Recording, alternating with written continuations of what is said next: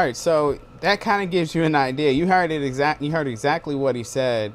And Adrian, this was in response to the team that was kneeling. I mean, like, and he just goes off the handle and says that, and there was really no reaction from the folks around him. So I think that was part of my issue with this. Yeah, I mean, it's very telling, Devin. We've talked about, peaceful protesting, and we've talked about, the difference of rioting and, insurrection. And these girls, they were just peacefully protesting. They weren't doing anything to cross the lines. That they weren't, burning American flag or anything like that. I mean, they were just kneeling. And fortunately, they tried to explain Oklahoma Secondary Schools Activities Association. They were, kind of, I guess, the main association that does the announcers. But they actually said that this game was actually, the announcers were hired by the National Federation of High School Network, so different group hiring. But they apologized and said that there was an investigation going on. But I mean, Devin, my thing is there's no investigating here. I mean, it's clear cut and dry. I mean, it's like, when Donald Trump was talking to Bob Woodward, we're hearing the words of the announcer. It's not like he can go back and say, well, I actually meant something else, or I didn't mean it that way. I mean, we know what you mean. We caught you in the moment, and it just speaks volumes, because it's so interesting that people get so offended by kneeling, because, like I said, it's peaceful protesting. It's just no different from doing a sit-in or laying down in the street or something like that. It's not, someone that's actually physically harming anybody. It's just somebody just, having some expression. I don't understand why people get so bent out of shape when people are, playing the national anthem and someone's kneeling because they don't support what's going on in America. Wake up, people. America isn't we are a great country, but our history is flawed, and it's great to be patriotic to our nation. But by having someone protest what's going on here, that doesn't make someone un-American or unpatriotic, Devin. That's my thoughts, initially on it. No, I think you're absolutely right, and and like you say, I don't understand why people have such a problem with kneeling. It's a form of peaceful protesting. They are not saying that they hate the United States of America and that they want to go back to Africa, and that the country is just terrible and we should just give up on the experiment of trying to carry out a democracy here. And so it just and the thing that really got me too was just that he said this, and there wasn't like a, hey man, you shouldn't say that. There was no pushback from the people listening, because they all heard this. And so that goes to a larger problem, which is there is still work that needs to be done to weed out not only people who say things like this, who have the gall to say things like this in public, but also people who hear it and don't say anything and just let it roll off and say, oh well, that's just he's one person. But no, essentially by letting it slide, you're saying that's okay. In a way, you're saying, May, I kind of sort of agree with that. Now, you may not agree with it, but just letting it slide and not correcting it and saying, no, that's wrong. To me, that's part of the problem.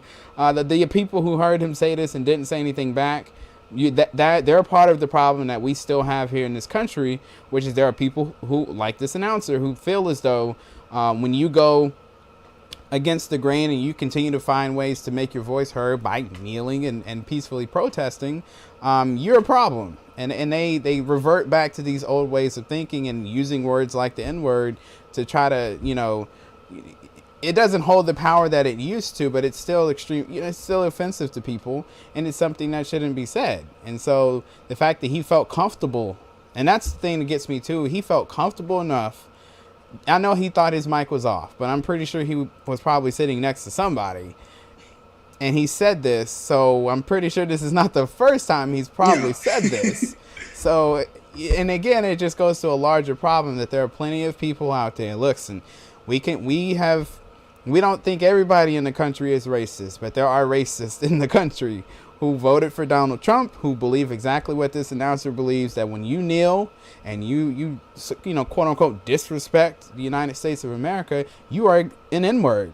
You are scum of the earth. You are, less than, almost animals. And that's how they view us, and will probably continue to view us, because we will not just bow down and just give up, on the mission of trying to achieve, equal rights and justice in this country. And so as long as we continue that battle, we will run into people like this announcer who feel as though we're still, in words like back in the 60s. But he and others who believe that way are going to get a rude awakening, because things have changed at least a little bit in a way that you cannot just go out and say things like this anymore. We can't stop him and change the way he thinks, but we can absolutely call it out when we see it. And that's what should have happened when they heard him say it the first time. There should have been an absolute, just the people around him should have said, no, you cannot say that. We are past that time. We don't do that anymore. And so, Adrian, I don't know, people say freedom of expression, you get to kneel. And when do words, become a problem? But obviously for a lot of African Americans, when you hear that word, it's particularly coming from someone of Caucasian descent, it holds a different power. It's not, we know it's being used in a derogatory manner. It's not some term of endearment. They're saying that because they feel as though we are less than human, because that's what the word was created for. And so it's offensive, and he should be, fired and, go through all the steps and do that. But again, for the folks who keep trying to think that racism is somehow gone because we don't hear it as often, this is proof that despite the fact that we don't see it overtly, it still happens, and there are still bigots and racists out there who are apparently calling high school basketball games. Yeah, and this is definitely very overt, racism. This is just flat out, calling it like it is. I saw some video, I don't know if it's on Facebook or YouTube or something like that, of some crazy lady basically spelling out, the N word and giving other words to try to say that we're going to reclaim the power of that word and make it, mean something else. And it's like, you can't, you can't reclaim the power of something that's derogatory and turn it around into something else and say, well, we're going to, spin it because words don't have, meaning to it. Words do matter. I mean, no matter who you are, your words matter because somebody will hear those words and they can believe those words and they adopt those words and start, using those words. So it really, really matters what's going on here. And I think, Devin, yes, it does raise an argument, maybe of freedom of expression, but at a certain point we have to say, hate speech isn't protected, by First Amendment rights. You being able to be derogatory towards an entire race of people, we can't allow that to be protected. I mean, there's got to be some sort of boundaries on this. And hopefully we'll, see something happening with that. I know everyone's always talking about freedom of expression, but we got to have this whole, kumbaya coalescing moment.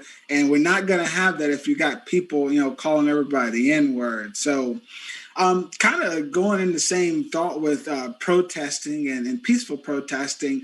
Another story out of Oklahoma. It's so interesting. Oklahoma is busy doing a lot of crazy things, Devin. But the Oklahoma House, they passed a new bill this week that gives drivers both criminal and civil immunity if they hit protesters in their cars. So again, people who are peacefully protesting can be hit by a car in Oklahoma, and that driver, may not be prosecuted.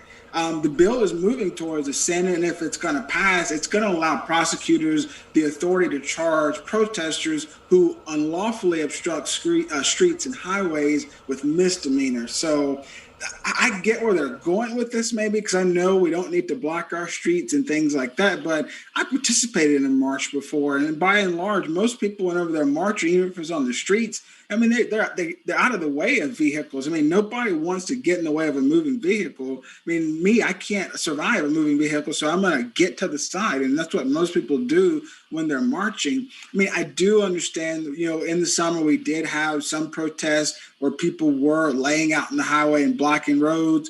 But honestly, Devin, it was a really bad moment. I mean, it was to the point to where we didn't see any movement in our country. Things were getting worse. We had George Floyd. Months later, we had another one. Months later, we had another one. So people just were trying to figure out, if you're not listening, we got to do something to get your attention. So, Devin, I don't know where they're trying to go with this right here, but I mean, you've got, two Republicans leading the charge.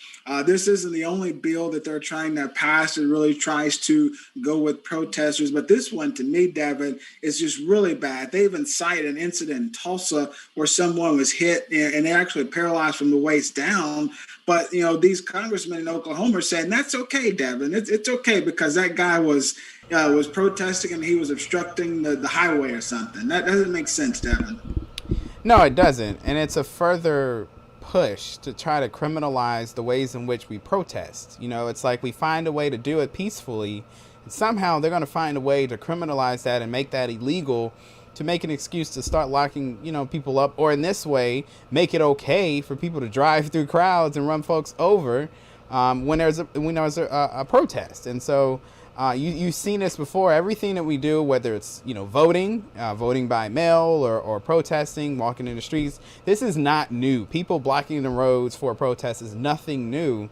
But the fact is now it's becoming more widespread when you have the Black Lives Matter movement, and they're trying to react to it and say, well, no, we can't let them do that. That's too effective, as a tool. And so we're going to now say, well, protesters, if you really want to walk in the street, if you get hit, there's nothing you can do about it to the person who ran you over. And they're treating them like animals, basically. And it's pitiful. And I'm not shocked because it's Oklahoma, and so it's a very red state, and so they are not fond, particularly of protesters, because they want to keep things kind of status quo. We saw this in Florida. I think we did a weekly roundup story last year about something similar to this in Florida, where they're trying to make like protesting almost a crime in some ways. Mm-hmm. And so you see this everywhere, where the things that we do to try to make our voices heard are being criminalized, so where now you can be locked up for protesting or quote unquote rioting, whatever, and so it just creates this gray area where they're trying to scare people and disincentivize you from going out there and protesting. They were doing this in the 60s. They got beat. They can't do that anymore, so now they have to go make laws to make it okay for people to run you over when you protest. And so, the government should honestly stay out of it, and so much for small government. They're making all kind of rules out there in these red states. But I don't know, Adrian, it's ridiculous, but I think we will continue to see a reaction. We see this every time, though. There's when we get some kind of success, when you see the protests over the summer, there is what people have called a white lash, or some kind of backlash to those things. And we're seeing it with our elections and the bills in Georgia, where they're restricting mail-in voting. And we're going to see this more with the protests, because they know that if a cop shoots a black person or a person of color, there are going to be protests coming up afterwards. They can't just get away with that anymore. And they're trying to react to that, to try to, do away with it. Not every Black Lives Matter protest is a riot, and we need to get away from that thinking too. Yeah, we really do, because they try to peg it. I mean, you see this example that the congressman used was a Black Lives Matter riot. It's like they try to make it to where when you hear Black Lives Matter, you think riot, you think terrorism. And it's just good, white supremacy. It's good marketing to keep our position down, because that's the only incentive for it. And you got this spreading, because even Tennessee, we saw this on CNN. They report that Tennessee is picking up and doing laws like this or legislation like this, where it was a misdemeanor to obstruct highways, but now they're moving up to a Class E felony, which is actually punished by up to 6 years in prison. So, I mean, you could be protesting, obstruct a highway or street, and they can send you to prison for 6 years, Devin, in Tennessee. I mean, Oklahoma is real bad because you can be hit and, possibly lose your life or be paralyzed. In Tennessee, you could go to jail for 6 years just for protesting. It doesn't make any sense, Devin. The Wall Street Journal actually did a report that showed between May and September of 2020, drivers across the country had actually hit at least 104 demonstrators and there were 2 deaths that were reported. So, I mean, this is going to be an ongoing problem, especially when you have states now having legislation that says, hey, if you hit somebody, just claim that you were afraid, just claim that they were rioting, and you're okay. We can protect you with immunity because you were afraid, you were protecting your property, they were obstructing the highway, and it's okay.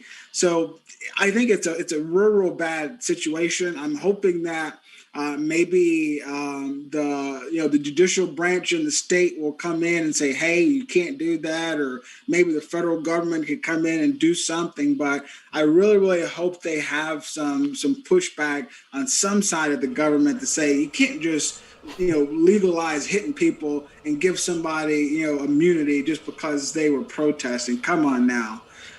But Now I'll say one last thing just yeah. to wrap that up, and it's just that the double standard, you see it clearly, is that you don't see these types of bills being created in response to what happened on January 6th at the Capitol. You do not see banning people from going to state capitals with weapons. You don't see these types of bills coming out in response to that, because that's okay. They're patriots. They were just going up there trying to make their voices heard, But when Black Lives Matter protests, okay, it's all of a sudden, no, we got to criminalize, when you block traffic and things like that to stop them from making their voices heard because they're doing it in the way that they don't like. And so I think it's a very clear double standard there where you can storm the Capitol and you're good to go. But if you go protest the killing of a black person, all of a sudden you're a criminal, you're a rioter, you're a looter, and all these different, negative adjectives. And so just understand that these things are not coincidences. These are strategized. There's thought behind this. There's a reason these bills are popping up. And so before we go into our break, we did want to mention you might have already checked your bank account. You might have an extra $1,400 in there. And so that means the new stimulus bill is going out. President Biden did sign it on Thursday. It's $1.9 trillion that's going out into the economy. That's going to be stimulus checks, unemployment benefits, things like that. In case you haven't, if you haven't gotten your refund, I think the IRS website they will be adding their Get My Payment tool that's going to be coming. It's already up. So yes, yeah, you go right now. So yeah, go to the irs.gov, check your payment status, and see where it is if it's not already sitting there. So mine got stimulated this morning, so I was happy to see that. So with that, we're going to take our first break, and when we come back, we're going to discuss Mississippi banning transgender athletes, and then we'll also discuss Dr. Seuss, and tell you about what's going on with that. So stick with us, and we'll be right back.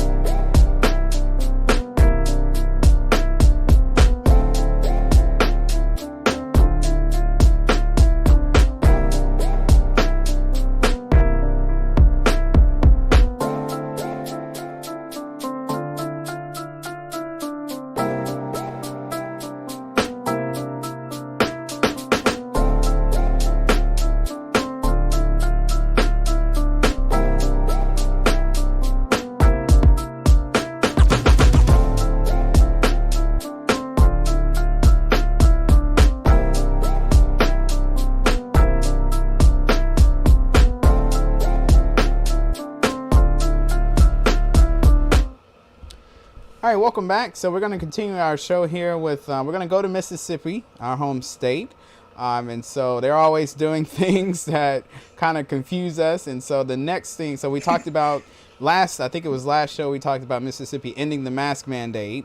And so now they've gone a step further, and they're now Governor Tate Reeves actually signed a bill on Thursday that now bans transgender athletes from competing in girls or women's sports teams. And so Mississippi, they're first in this. They're last in a lot of other categories, but they are the first state to enact such a ban after a federal court blocked Idaho from trying to introduce a similar law last year. And so this is Senate Bill 2536 is going to become law on July 1st.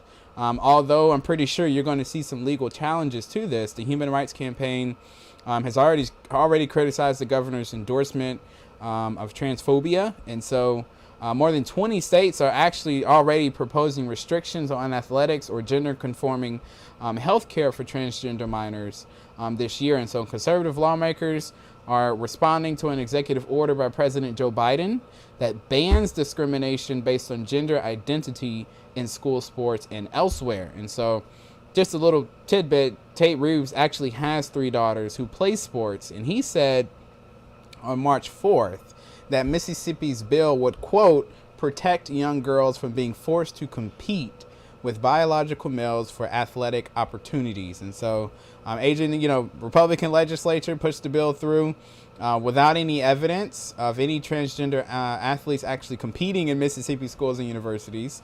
And so supporters of the bill, such as the one that Mississippi passed, say because they were born male and they're naturally stronger, faster, and bigger than those born female, that's why they wanted this bill to try to, what they say is keep the playing field level. Opponents say it violates Title IX of the federal education law prohibiting sex discrimination, but also violates rulings by the Supreme Court and the Court of Appeals. And so I don't know, Adrian, it's a problem that's been brewing for a little bit here. That you're starting to see more transgender athletes come out, but like the story said, there actually aren't any transgender athletes right now participating in women's sports in any Mississippi schools or universities. So it's like they're responding to a problem that actually hasn't necessarily come about just yet. I mean, it's just like South Dakota. We see that their governor is also going to be signing a similar bill into law as well.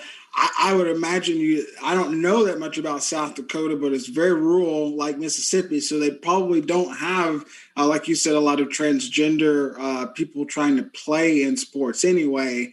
Devin, people can question, is this right? Is this wrong? Is this the move Mississippi should take? And it really just comes down, I feel like maybe a lack of understanding. I feel that whenever the people who say we need to do this law go back to things like they were born stronger, faster, bigger, I think it just goes back to maybe those lawmakers don't understand someone who's going through or who's transgender and transitioning. I mean, they're taking different, medication to really suppress and go against all of that. If you want to say, testosterone that makes you stronger, faster, bigger, they're taking things that'll suppress that and kind of change that. So I don't know, Devin. I really think it's just, an antiquated state that's just not really going with the facts. And I get, within the article, the governor said it's, if you're an adult, you can take a position to accept or not be accepting of being transgender, but we shouldn't force that on our children. And it just kind of goes back to the thing that, if your child is coming out to you and saying that they feel that they're transitioning, they would rather, be the opposite sex, then we need to create a more tolerant environment for that by large so that people don't feel persecuted, so people can feel more open to talk to their parents, open to talk to their principals and counselors. Because if you're in Mississippi and you're someone that's going through this, you're not going to know what to do. You're not going to know who to turn to. You're just going to feel discouraged because you already know a law says you can't even go and play sports with everybody else. So, I like I said, Devin, I think it's just a missed mark by Mississippi yet again to try to be the first, but in the wrong category.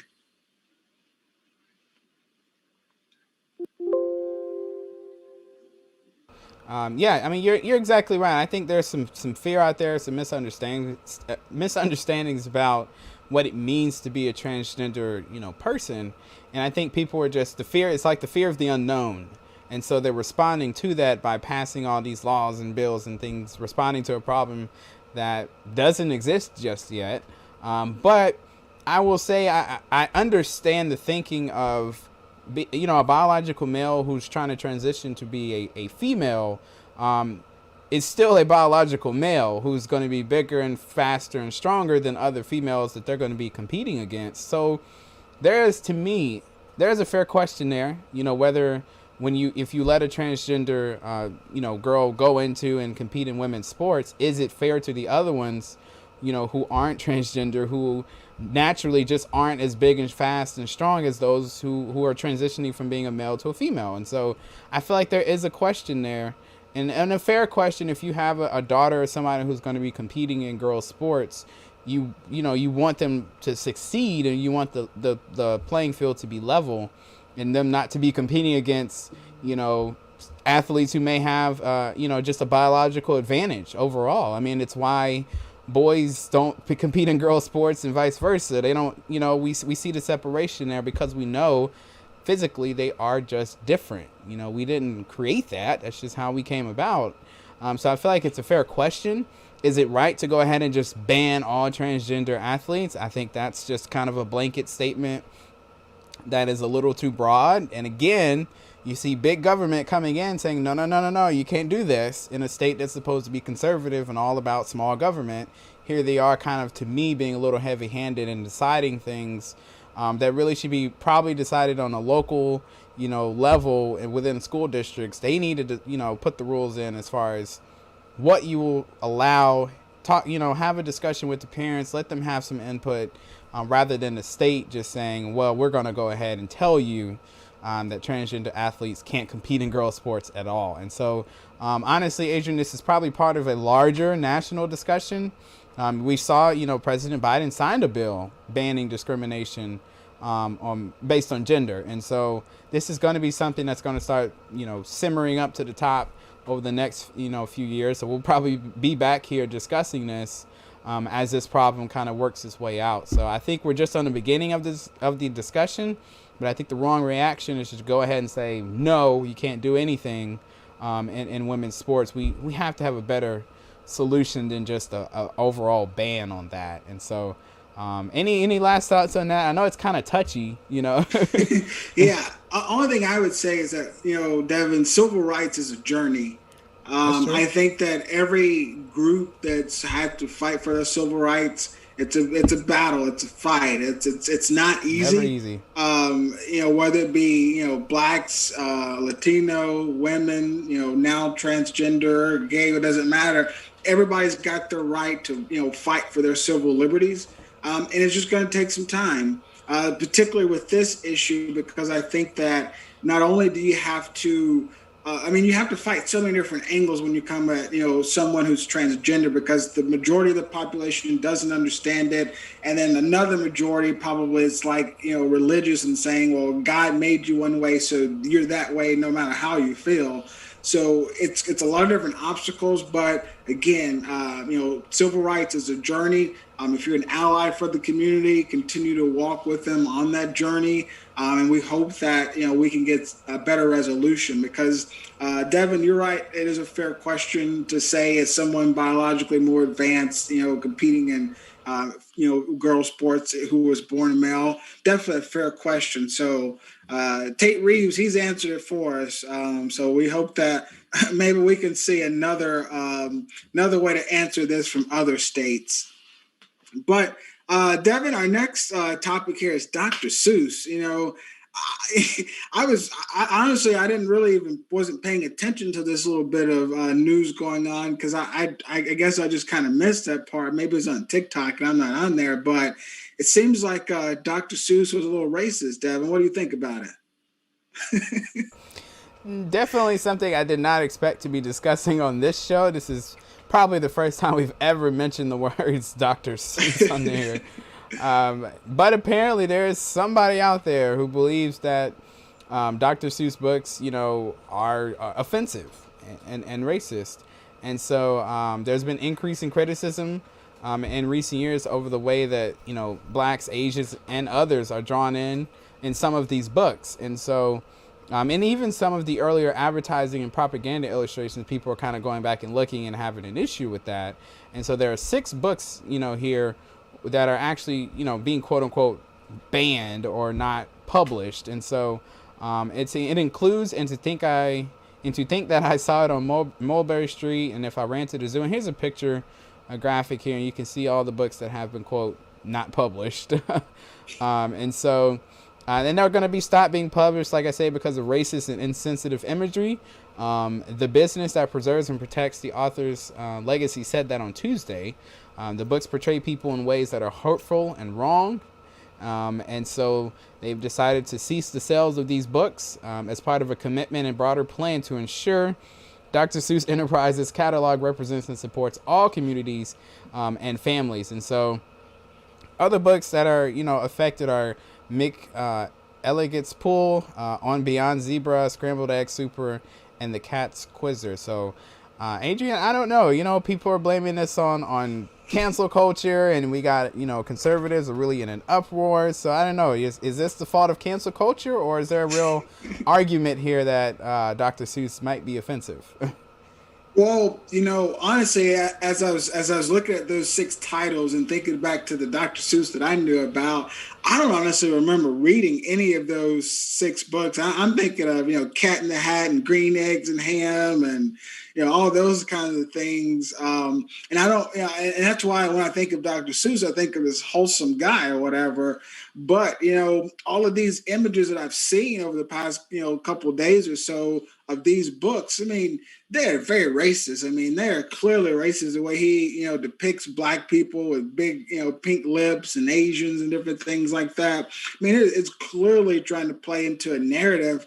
But are we surprised, or should we be surprised? I mean, he was born in 1904. Like, not to say everyone who's not African American or not a minority who was born back then was racist, but racism was in the culture of America. So probably the people that lived in this time were probably a little racist. So I mean, it was just one of those things that we're seeing here.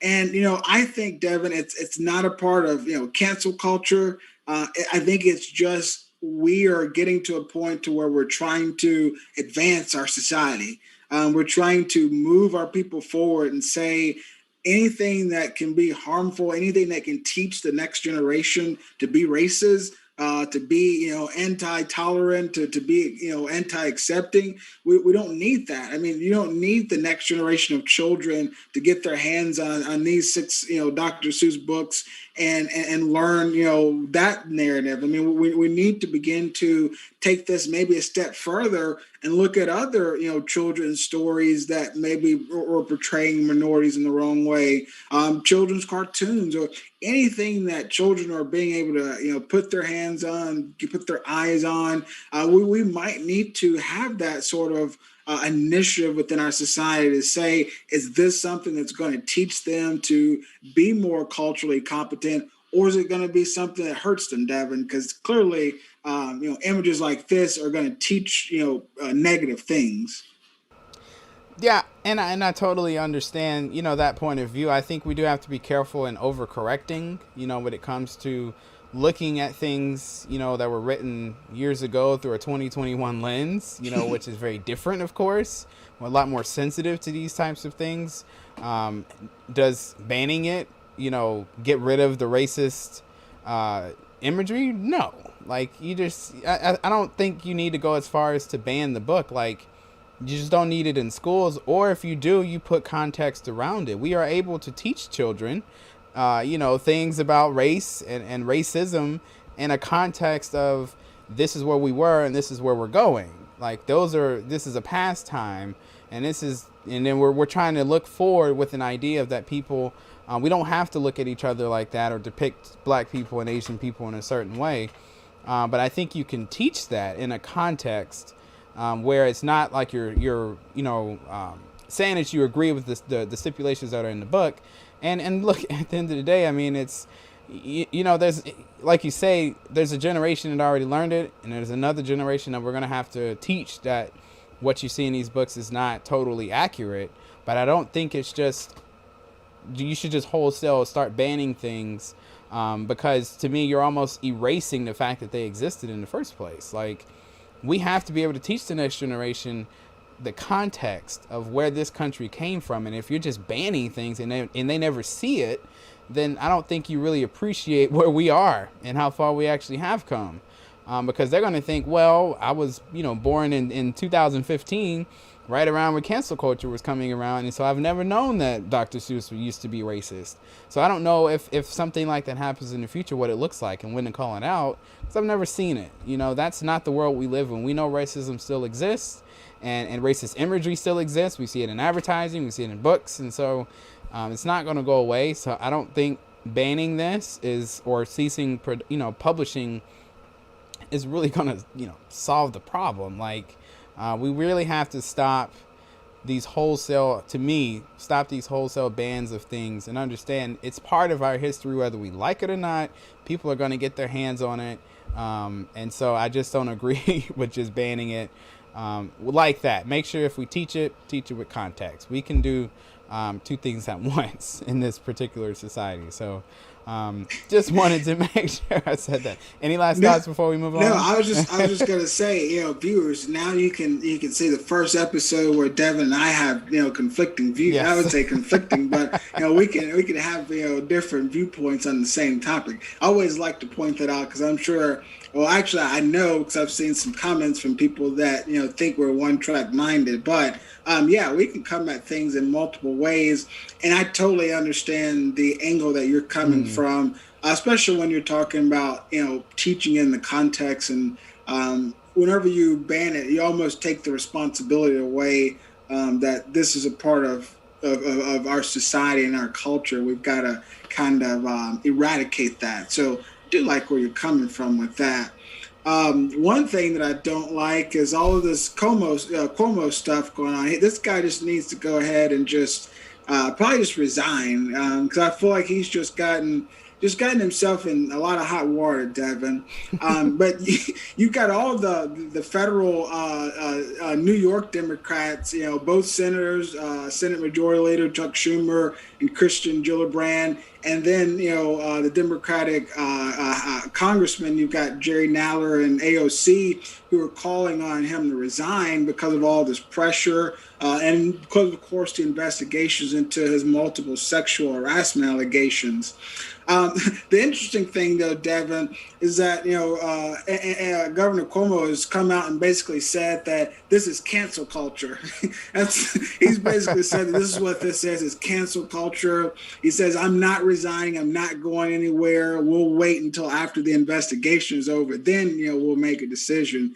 He basically said that politicians who don't know a single fact but form a conclusion and an opinion are, in my opinion, reckless and dangerous. Said the people of New York should not have confidence in a politician who takes a position without knowing facts and substance. So I feel like he's trying to throw some jabs at Schumer and Nadler by saying this, but I think at the end of the day, you can't come out of this ahead, Devin. You just can't come out and have the trust of people. I don't know what you think, but I'll let you give some thoughts on this, and you can take us into the break. No, I agree. I think Cuomo, the writing is on the wall. Once you start getting these types of allegations and investigations, it's honestly just downhill from here. So why not just go ahead and do what's best for the state and do what's best for the folks involved in this investigation and yourself, and just resign. But I understand it. It's hard to give up the type of power he has. He's gotten very popular because of the pandemic. He wrote a book about the pandemic during the pandemic, so that was probably why he got a lot of attention. And I think he was expecting to kind of probably had aspirations for 2024, so this was not he doesn't want to give in and have this stain on him. But at the end of the day, he brought this on himself. You didn't have to do the things that you did. You could say, yes, they may have taken him out of context or overly sensitive, cancel culture. But at the end of the day, he tried to spin it as just him being flirting for flirtatious with the people in his office. So you took a risk. If you're asking a coworker if you have sex with old men, that's a little more than flirting. I've flirted before, and I don't flirt that way. Maybe I'm just not good at it or something. I don't know. particularly when you're asking a question as an old man. That, like, come on, Como. Like, we get what you're trying to do here. So don't blame that on you. Like, cancel culture didn't make you say that. Yeah. No, you said that, and you knew that you were wrong when you said it, and now you're being called out for it. So just resign, let it, move on. Stay quiet. Work, rehabilitate your image for 2024 and try to run for president. Then just get out the way of this train because they're going to take him down one way or the other. So that's going to do it for our second segment. We're going to take a quick break, and when we come back, we'll talk about some more news out of Arkansas, and then we'll talk a little bit about the George Floyd settlement and a little bit about the upcoming trial. So stay with us, and we'll be right back.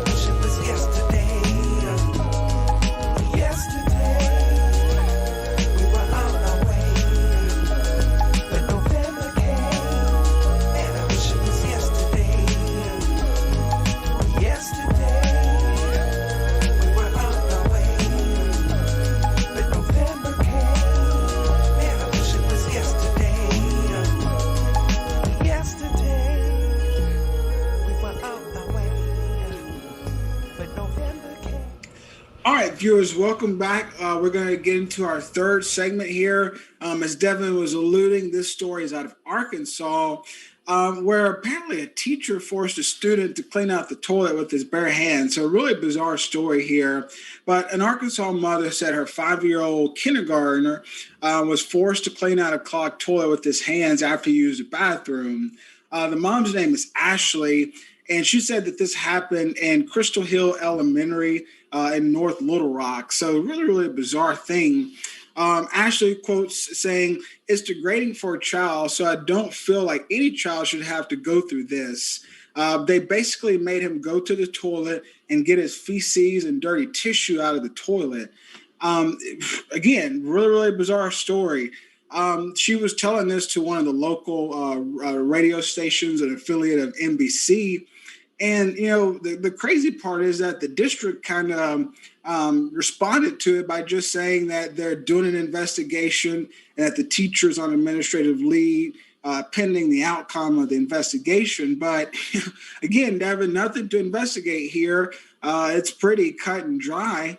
The teacher, is trying to say that he was, the teacher is saying that she was trying to teach the student a lesson on how to not stop up a toilet. I don't understand how that teaches any child a lesson on stopping up the toilet by making that child go and clean out the toilet. The school district, come out with another statement saying, the health and safety of all of our students have always been a priority. Obviously not when you've got a teacher who is doing stuff like this, because I mean, it almost raises a question. Has she done this before, and maybe it just didn't get reported, or what other things has she done? If she's making students go clean their feces out of the toilet. So, Devin, I mean, this is just another bizarre story. I didn't get the race of the teacher. I know the mother and the child is black. I'm not sure of the teacher, but I hope that's not another thing that plays into it. Maybe it's just a teacher who is just very idiotic and just doesn't know how to teach children properly, versus a teacher who's also racist and all of those other things. It could be both. It could be both. I would just say, if you make my student, son, daughter, whatever, dig their hands into a toilet to unclog it because you're trying to teach them a lesson, you're gonna have a lesson at the end of school. Like, like that's you don't do that. Like, what lesson are you trying to get over? The fact that this person even has a job, like you say, what investigation are you running? Like, if you find out that she did it, he or she is fired.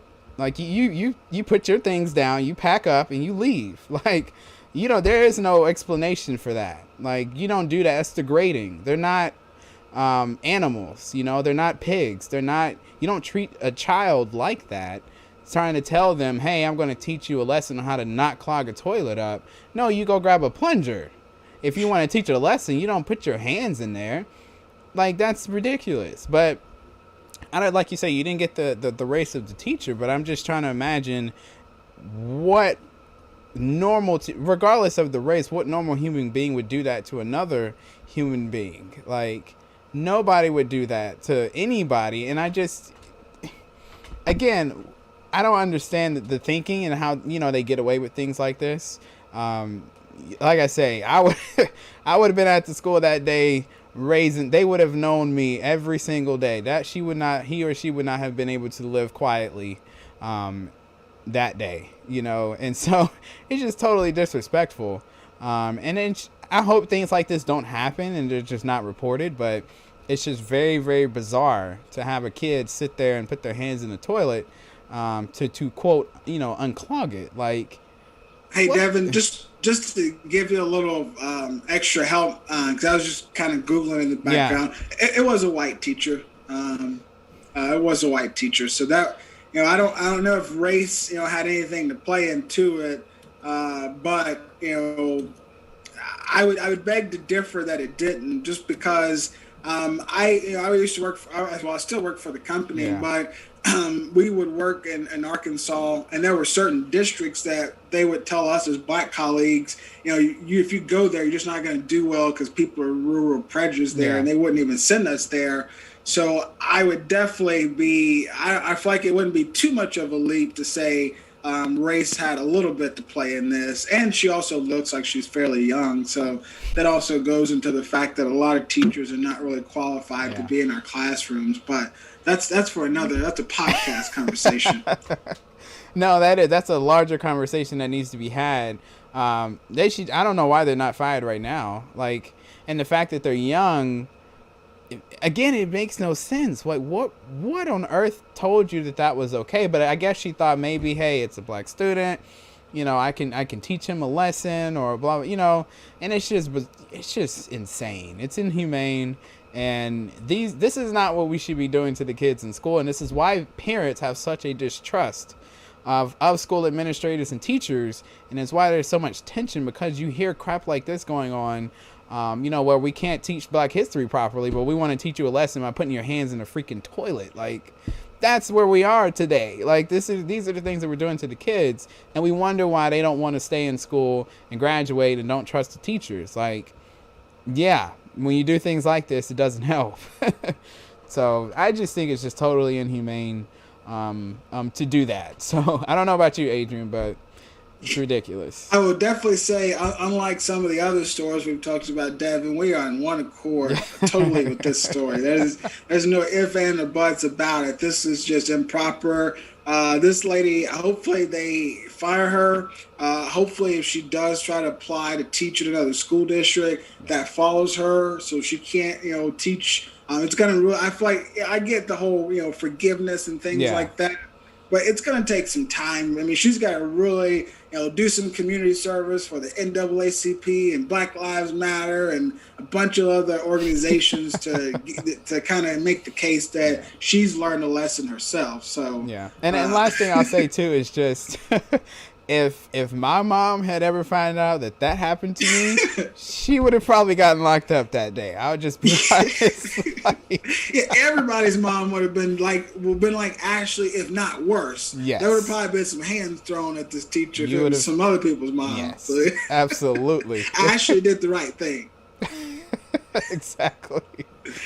So yeah, so that's a ridiculous story. But we're gonna kind of move from Arkansas. We're gonna go up to Minneapolis, Minnesota, where the George Floyd trial is still kind of picking up steam. And we had a big announcement this week that the family of George Floyd has actually agreed to a settlement with the city of Minneapolis for $27 million, which I believe is the largest settlement in the history of like the city. And so it's $27 million that's going to go to the family of George Floyd. It's also going to have $500,000 that's going to go to the neighborhood where George Floyd was arrested. So that's interesting. I didn't expect to see that in there, but again, and so this came from the Minneapolis City Council. They came from a closed session to announce the settlement, which, like I said, is a record. And then the Floyd family attorney, who is Ben Crump, called a news conference for 1 o'clock, and he said in a statement that it was the largest pretrial civil rights settlement ever, and he thinks it sends a powerful message that Black lives do matter, and that police brutality against people of color must end. And so, Adrian, when I heard this, I was shocked at the dollar amount, and then two, the second thought I had was, who's paying for this? Like, is this taxpayers footing the bill, which I'm pretty sure it is. I'm highly doubt the police union is going to pay for this, but it goes to a larger question. We see these massive settlements like this all the time, but you don't realize that the taxpayers in these cities, are actually footing the bill for the behavior of bad cops. Devin, that's one of the more interesting points I think that can be interpreted out of this. I think, when some people say, well, is this justice? Definitely not, because George Floyd's dead, and it took so many months to get this here. And there were so many people who died after him with kind of the same sort of intention behind it. So definitely not fair justice. But definitely to what you're saying, Devin, who's paying this? I mean, you've got taxpayers in a predominantly black city who are going to, I think Minneapolis is probably predominant, maybe a mix, but a lot of, minorities there who are going to be footing the bill for this when it was improper actions from bad cops. I think it's great to see that the family is getting, some sort of compensation for that to help, because here in America, money does make moves happen. So that's great to see that there.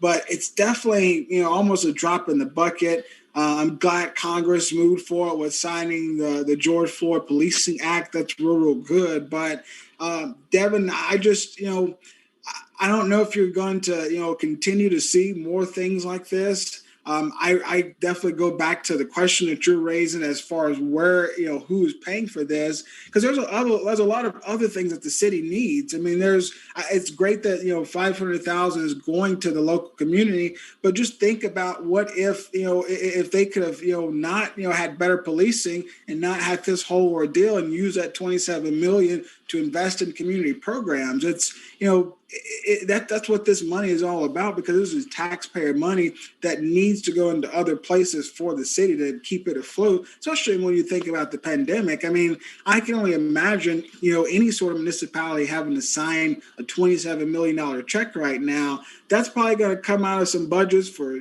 schools, Maybe teachers' pay get cut. Maybe some roads don't get repaired.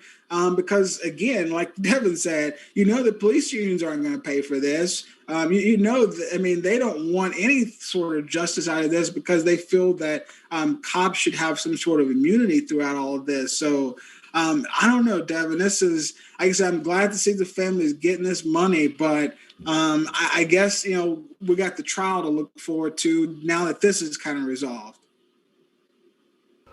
Yeah, and that's part of the discussion is it's just that they put out these settlements, and I just want to make one slight correction. Is just that the $500,000 it's going to the neighborhood, but it's also going to the upkeep for the memorial that they have, for George Floyd, and so that's just I didn't expect it to be in there, but just for folks who may be wondering exactly where it came from and why it's in there, that's why. And so it's going towards the upkeep of his memorial. And so I just want to make sure we point that out for folks who are wondering. And I'm trying to get back to my graphic here. And so we also wanted to touch on whether this, will fix the issue that took George Floyd's life. Call me a skeptic. I don't think it necessarily will. It's a lot of money that's being paid out, but I don't think it's going to necessarily fix the problems that existed before what happened to George Floyd actually happened. But Adrian, it's nice to see that there is some kind of, trying to make the family whole. You're never going to be able to make them fully whole because obviously, George is not here, but this will certainly help. And so we're glad that they did get something from that, but we definitely need to look at who's paying for these settlements, because you would think with money being as such an important thing to a city as it is, that they would have cracked down on the police department before to avoid having to pay massive settlements like this. And so just want to make sure we point that out. And the other thing that's going on is that the trial for George Floyd is picking up too. And so on Thursday, there was a big thing about adding a third degree murder count against Officer Chauvin. And so on Thursday, a judge actually granted the prosecutor's request to add a third degree murder charge. And so this is going to make it now. They reinstated the charge, so now he's going to be facing third degree and second degree murder charges plus a manslaughter charge. So he's going to have 3 different things. And the reason that they added this is to make it easier, for the jury to convict Chauvin. So if you can't get a jury consensus on, say, a second degree murder charge, maybe you can get that consensus on a third degree or manslaughter, just to ensure that he doesn't get off like we've seen in the past with officers who end up killing black men who didn't get off and go on to live their lives. And so Chauvin, like say, Adrian, this trial is going to be starting soon. They're already starting jury selection. And so there's some news about that as well. Yeah, Devin, I hope that, the more we see out of this jury process, we see some diversification. We see some of that in here, because right now we see, the jury includes 5 men and 1 woman. And with that makeup, 3 are white, 1's multiracial, 1's Hispanic, and 1's black. So they're trying to diversify it. But, one of the jurors, the sole juror, actually kind of said that the trial was exciting. It was kind of exciting to him, which is just kind of a weird thought process. And they still allowed him to be a juror after he kind of said he was excited. Some other candidates kind of were dismissed because they said that they couldn't unsee the video of Chauvin pinning down George Floyd. So they said that person was biased, and there were a lot of other people like that. Some people even had their doubts about the efficacy of Black Lives Matter. But there's 3 weeks underway where they're going to complete a 12 plus 2 alternative juries. So there's going to be potential jurors that are still going to be coming into the process here. So just wanted to kind of give you a little bit of insight into that. Again, hope that jury does become more diversified. Definitely probably should have more blacks on there, just out of fairness, since it does involve a black. But everybody's, to each their own with that. So we'll kind of see. I know, Devin, you just never know about these processes and how they're going to go. You think that with justice, everything would be about equality, but unfortunately, racism and things like that, really affects every facet of our society. One thing, though, that's a little bit of positivity where we've got, a financial institution trying to fight against racism and things like that. You've got Goldman Sachs Group Incorporated announced that they're going to have a new investment initiative where they're going to be putting more than $10 billion, that's billion with a B, to advance racial equality and economic opportunity. And they're going to be doing that by investing directly into Black women.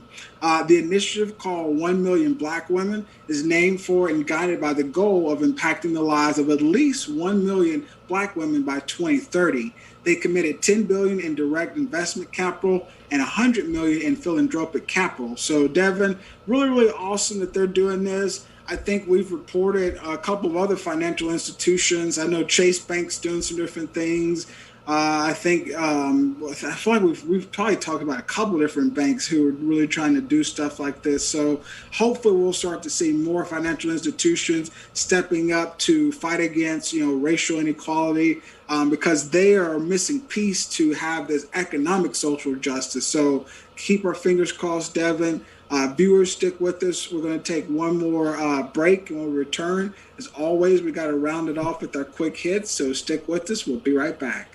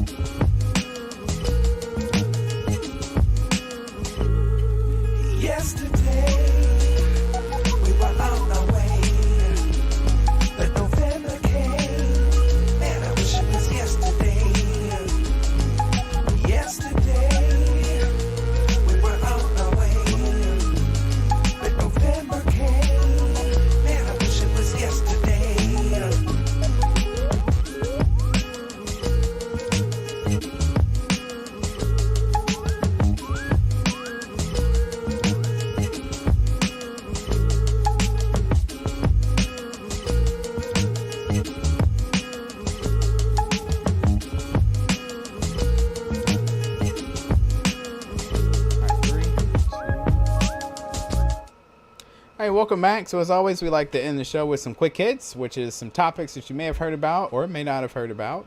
And so our first one here is going to be for the folks who are out there sharing their Netflix passwords and freeloading off of other people who are paying for it. So the first story here is that Netflix is actually testing out a possible password sharing crackdown. And so the streaming service has been trying to use this new way. So they're going to be using pop-ups that are going to ask users to verify their account via email or text, or you can do a verify later.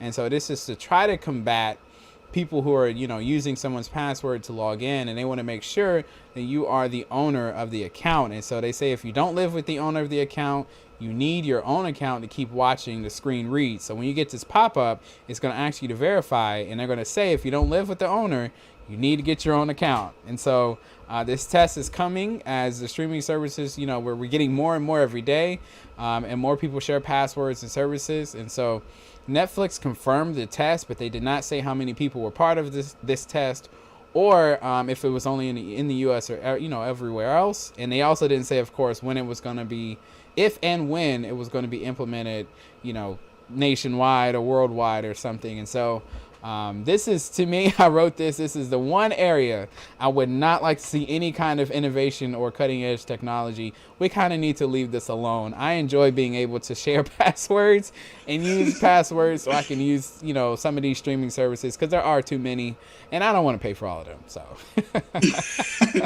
yeah, I mean, I will definitely say I have participated in this, where I feel like I've always been the one where I've been the one paying for it, and I'll just give somebody my information. But I'm sure I probably freeloaded off of somebody's once in college or something. But hey, man, it's Netflix is saying 2020 was tight on them too, so they got to crack down every way they can to make an extra buck.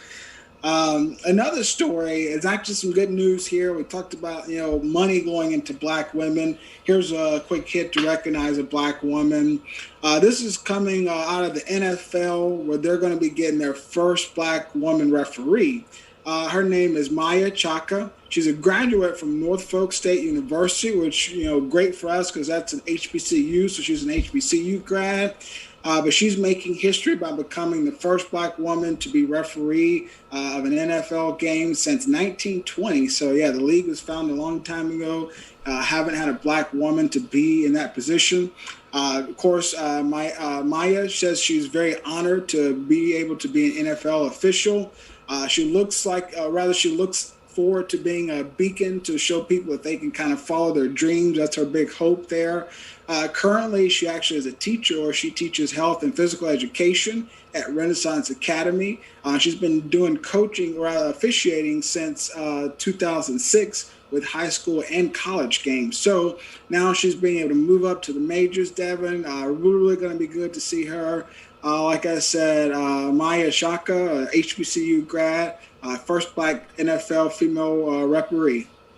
Very nice story there. And so our next one here, not as nice as that. This might be the most bizarre story that we do tonight, and this comes from Panda Express. So like, picture this: there's a former Panda Express employee who has filed a lawsuit alleging that she was forced by higher ups to strip down to her underwear in front of both colleagues and complete strangers doing what they were calling a trust building exercise. And so this is according to NBC News. Her name is Jennifer Sparger Fiore, and she worked at the Santa Clarita Panda Express from about August 2016 to about July 2019. And so during that time, she was enlisted to take part in a trust building activity, and it was hosted by Panda Express in partnership with self-improvement consulting company Alive Seminars and Coaching Academy. And so according to her complaint, she's 23 years old, and she was informed by her manager that the Alive seminars were often a prerequisite to promotion. So essentially, she had to go to these these seminars to be promoted. And so the attendees to these would even be required to wear the work ID numbers, so the seminar fees could be debited directly from Panda Express employee accounts. And so her lawsuit goes on to explain that on this particular day, the sessions were what she said bizarre and quickly devolved into psychological abuse. And the incident took place on July 13th, 2019, where she said she participated in an exercise where she was stripped almost naked in front of strangers and coworkers and was extremely uncomfortable, but pressed on because she knew it was her only chance at promotion. So you work at the Panda Express in Santa Clarita, you might want to look out for anything that says Alive Seminars and Coaching Academy there. Really bizarre story coming out of Panda Express. So just a little news for you.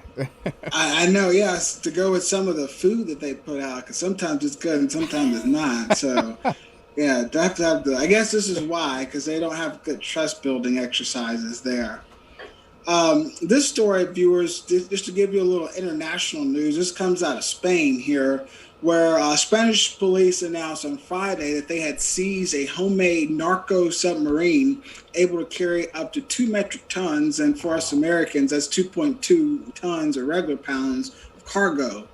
The police came across this 9-meter long or 30-foot long craft last month while it was being built in Malaga on southern Spain's Costa del Sol during a broader international drug operation involving 5 other countries and the EU's crime agency Europol. The 3-meter semi-submersible craft is made of fiberglass and plywood panels attached to a structural frame, has 3 portholes on one side, and is painted light blue.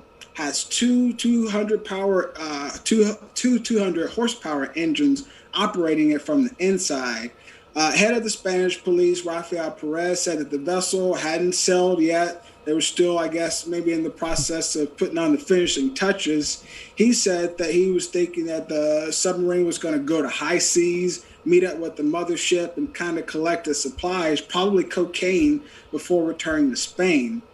He also said that the submarine was kind of like an iceberg. It nearly went all the way into the water except for the very top. That was the only part that you could kind of see from maybe a ship or a helicopter. So, Devin, these drug addicts, or I guess not drug addicts, drug dealers rather, I guess it could be addicts too if they're using their own supply. But man, they are very ingenuitive. That's the only thing I can think out of this. If you're able to develop a submarine that can pretty much submerge out of fiberglass and plywood. I think about some of our tubas being made out of fiberglass back in college, and it could be in a submarine made out of the same material, Devin.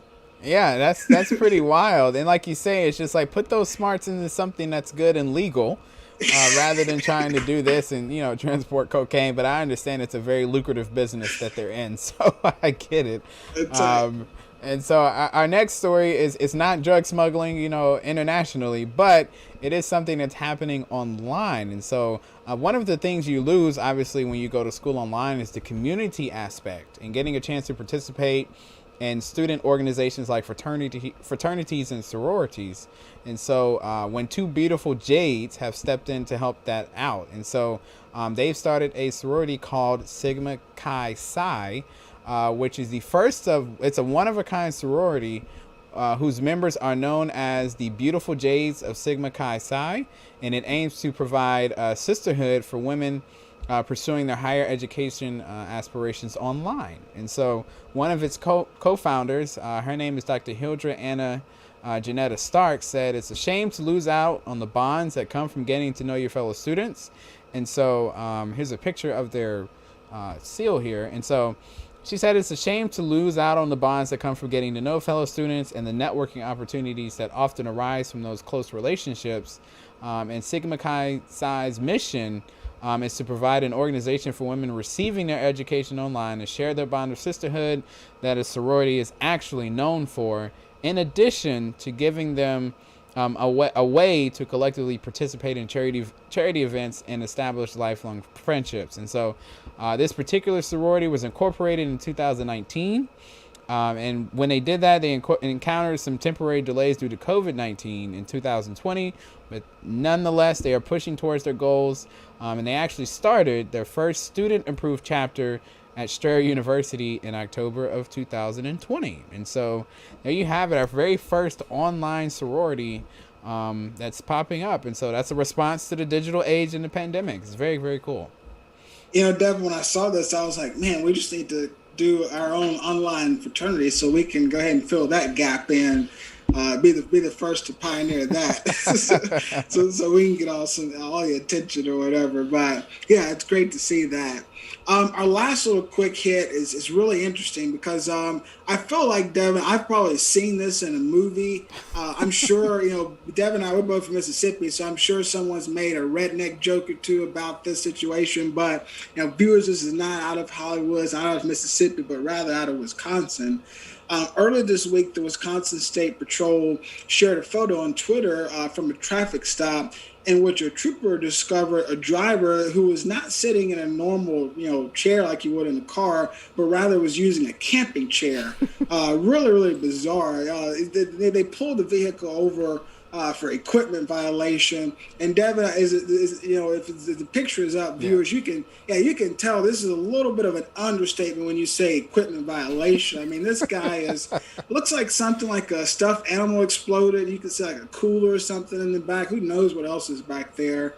But interestingly, the tweet doesn't mention whether or not if the driver was ticketed or even given a warning. They just kind of tweeted about it. So I would hope that he got at least a warning. Should have gotten ticketed because there's probably no seat belt. I mean, that's way too comfortable to be driving, Devin. You probably could fall asleep in that camping chair or something like that. I don't know, but like I said, not out of Hollywood, not a redneck joke, but somebody that's trying to drive in a camping chair. So that's it, Devin. Another crazy story to kind of end our quick hits. Yes, equipment failure is definitely an understatement, and I'm confused too as to why. I mean, he can't be doing that for comfort. The camping chair cannot be more comfortable than normal seats in a car. So I would love to hear the backstory as far as how he ended up taking the seats out and replacing it with a camping chair. I know, Devin. I'm sure he's got a way to explain, what he was doing and why he was doing it. Maybe he was. My guess was he's probably intoxicated. That's the only thing I can think of. And maybe he was just, Devin, we are going through a pandemic, so maybe he had some economic hardships. Maybe he didn't get as much stimulus as he thought he was going to get, and he just couldn't afford to get a new car or something like that. So maybe we're giving him a hard time, but we don't understand the circumstances. Maybe not. Maybe not. I'll be fair. Okay. Maybe there's a legitimate reason as to why he's sitting in a camping chair in his car. Hey, whatever works, whatever floats your boat on that one. And so that's going to do it here for Weekly Roundup number 8. This is we appreciate you sticking with us all the way through. Before we go, we always like to tell you where you can donate to us. You can go to blackagendapod.com. You can click the donate button. Give us $1, $2, $5 if you're feeling generous. And so you can do that anytime after the show. Make sure you share this live video. Make sure you share some of our other posts. Again, we'll be back on Tuesday night to give you. I believe it's Claflin University, and we'll be talking with Dr. Dwan Warmack from that university. Really, really good interview, so make sure you stick out and watch that one. We got a lot of good stuff coming up, and so make sure you tune in and listen. And so, Adrian, any last thoughts before we go? No, I just got to make sure to definitely promote our HBCU awareness series. Yes. I mean, we've had some amazing interviews with some HBCU presidents, and then we had the provost from Howard. Like Devin said, check out Dr. Warmack's interview on Tuesday. And then on Thursday, we've got Dr. William Harvey from Hampton University. Great interview. Really stellar. Not to sound biased or anything, because they're all really, really great. But Dr. Harvey is the oldest out of all the presidents and has served the longest. So that's why it's really clear to see he's got some great insight. And then the other thing, don't forget, Charity of the Month. We're highlighting the Thurgood Marshall College Fund. Really coincides with our HBCU Awareness Series because they help to put a lot of students into HBCUs. Their mission is to ensure student success by promoting educational excellence and preparing the next generation of workforce talent through leadership development. So really, really good organization. You can give money to us, so we can give some money to them. We can make this easier for our bank accounts as well. Devin, I just wanted to throw that in there. And of course, as always, thank everybody for their support. So. Definitely. We want to make sure we show folks that we do appreciate the support. And again, make sure you share everything that you're seeing. We're on Facebook, Twitter, Instagram at Black Agenda Pod is where you can find us. And you can see more content like this. And we'll be back next Saturday, March 13th at 7:30 p.m. to bring you all the news from next week. So March 20th, unless you can go back in time. Sorry. Yes, and then I think we fall back tomorrow. No, spring forward tomorrow. So make sure, set your clocks. You're going to wake up tomorrow morning, you're going to lose an hour of sleep. So that's why you're waking up if you feel a little groggy in the morning. That's probably why. So again, we appreciate you staying with us and watching, and we'll catch you next time.